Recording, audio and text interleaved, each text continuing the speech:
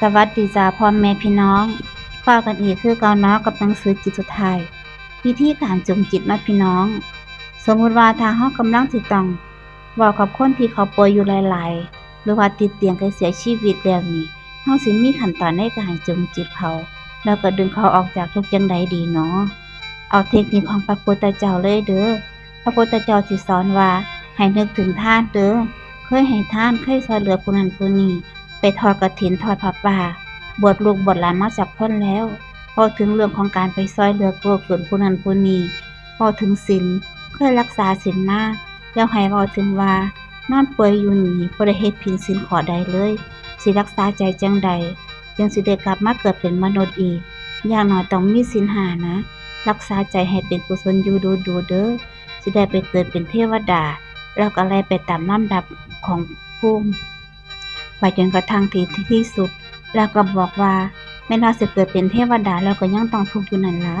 ต้องกลับมาเวียนเกิดเวียนตายอีกเพราะฉะนั้นแล้วสิบ่ยึดถืออิหยังไว้เฮาสิว่างบ่ห่วงลูกบ่ห่วงหลาน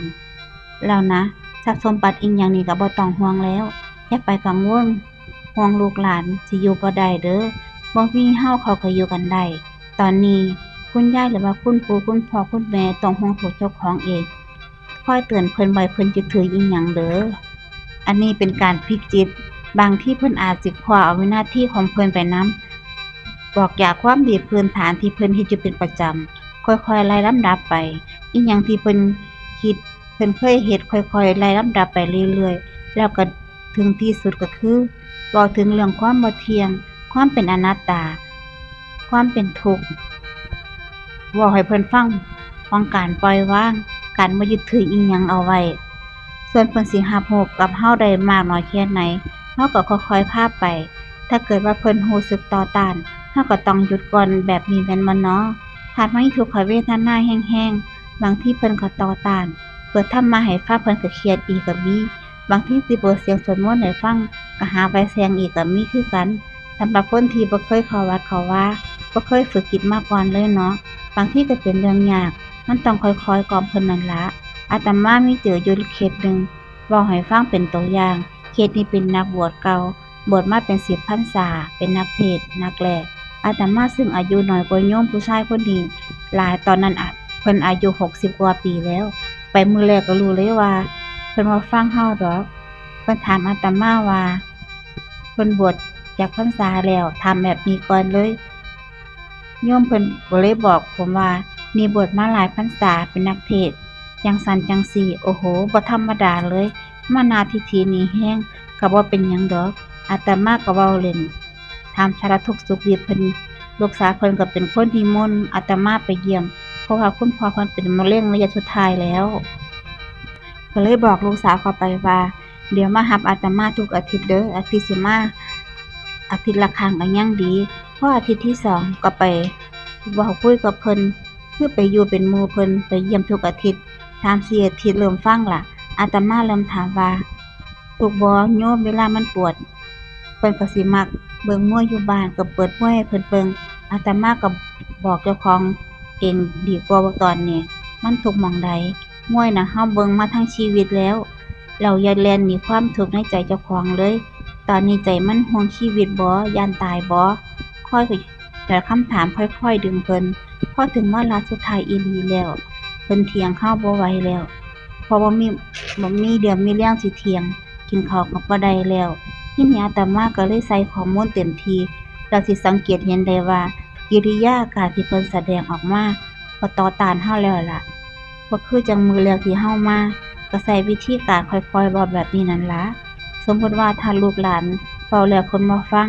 ก็นิมนต์พระที่เพิ่นชำนาญเรื่องพวกนี้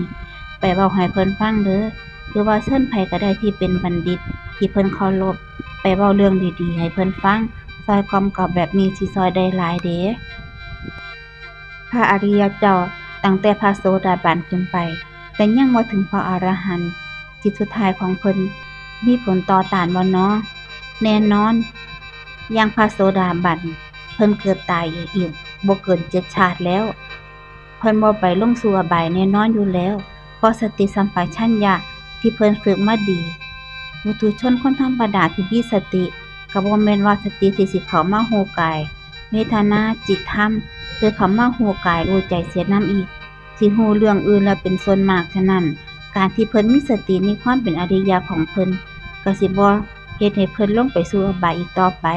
ปิดอบายได้เสร็จสับเพราะอิหยังเพราะว่ามีมิจฉาทิฏฐิอีกแล้วในขณะนั้นแม้เพิ่นสิมีโลภะโทสะโมหะก็ตามแต่โลภะโทสะโมหะนั้นบ่นำไปสู่อบายแม้สิมีการเฮ็ดบาปอยู่แน่แต่บาปนั้นก็สิบ่แม่นกรรมหนักที่สินำไปสู่อบายโดยเด็ดขาดดอกเพราะว่าเพิ่นเข้าสู่อริยะแล้วแม่นบ่น้อถ้าเป็นแบบนี้แน่นอนเป็นโลกุตตรภูมิแล้วเพราะว่าฉะนั้นแล้วชาวพุทธทุกคนควรฝึกตัวเองให้ได้เป็นพระโสดาบันในชาตินี้ให้ได้เด้ออันนี้สิปลอดภัยที่สุดเด้เมตตาสำหรับทุกคนในการเตรียมตัวฝึกจิตสุดท้ายเนาะส่วนมากพอได้ยินคำว่าจิตสุดท้ายโยมก็อยากฟังนั่นละแล้วเราก็มักสิเห็นตามเพจต่างๆตามบล็อกต่างๆที่นำเรื่องของจิตสุดท้ายมาเขียนกันแต่ว่าบักหลายก็ว่ากันไปคนเรียนรู้ศึกษาก็สงสัยว่าตกลงมันอันใดกันแน่บางคนก็บอกว่าตายไปแล้ว8นาทียังบ่ได้ไปไสดอกตายไปแล้ว2มื้อจิตก็ยังอยู่วิญญาณล่องลอยอิหยังก็ว่ากันไปตามเรื่องตามความเชื่อของแต่ละคนนั่นละแต่อาตมาอยากสิเตือนโยมว่าจิตสุดท้ายบ่สำคัญเลยนะตายแล้วสิมีวิญญาณล่องลอยไปหลอกคนนั้นคนนี้หรือบ่คือสิต้องไปรอวันเกิดมื้อใดมันก็บ่สำคัญตอนที่เฮายังมีชีวิตอยู่ขณะนี้นี่เป็นมุมที่เป็นสมมุติบัญญัติที่เฮาที่ต้องเกิดต้องตายยังต้องเวียนเกิดเวียนตายแต่ในมุมของปรมัตถสัจจะความจริงแท้เฮาบ่มีเฮาบ่มีเขาบ่มีไผที่ต้องเกิดบ่มีไผที่ต้องตายมีแต่รูปนามขันธ์ห้าที่สิต้องเกิดต้องตายเสวยผลแห่งกรรมไปตามอำนาจของกรรมที่เจ้าของเคยกระทำมาแค่นั้นเองเพราะฉะนั้นแล้วถ้าอยากสิพ้นจากการเวียนเกิดเวียนตายเฮ็ดมื้อนี้ให้ดีที่สุดแล้วก็เฮ็ดเดี๋ยวนี้อย่ารอฝึกตัวเองเดี๋ยวนี้ตั้งแต่บัดนี้เลยทานให้เลยยังศีลรักษาเลยยังฝึกภาวนาแล้วเลยยังอย่าแค่ภาวนาอย่างเดียวนะท่านก็ต้องให้นำคือกันศีลก็ต้องรักษาคือกันเฮ็ดให้ครบทั้ง3อย่างสิได้มีที่พึ่งตลอดไปเด้อ